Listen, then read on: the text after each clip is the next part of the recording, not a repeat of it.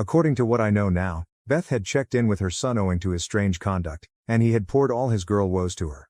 Beth, after some mental acrobatics of her own, decided that I was too responsible for Josh's condition and instructed my father to present an ultimatum. My father sat me down one day and told me, "Son, we had agreed that you would stay with us during your college years, but something has come up. Beth and I believe you are diverting Josh with your hobbies and the friends you invite over. As a result, we need to reach a new agreement." When I heard this from him, I was perplexed. Without knowing the context, I assumed he was talking to my friends who occasionally came over to play Wii games with me, or that I was playing music too loudly at night. I had no idea, so I asked him, "What do you mean, Dad? Are my buddies becoming a negative influence on Josh? I swear we haven't taught him anything bad, and we usually stay out of each other's way, correct?" He said, "Yeah, but that's not what I'm talking about, OP. I think you and I are both aware that Josh has strong feelings for Laura. We were thinking that you could end your relationship with her to keep the family at peace. I mean, we don't think a female should be more important than your brother's health, right?" I laughed aloud when I heard this. It was the dumbest thing I'd ever heard.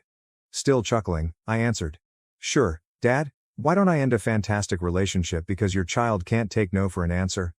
I've already told him numerous times that he makes Laura uncomfortable, and I rarely invite her over anymore. What's the issue, anyway?"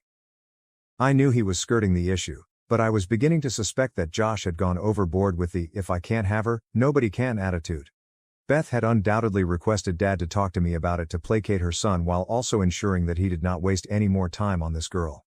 I'm not sure how they expected me to roll over on this. It escalated into a massive battle, and I decided to stay with Laura and move out of the house. I packed my bags one day and departed, changing my cell phone number in the process.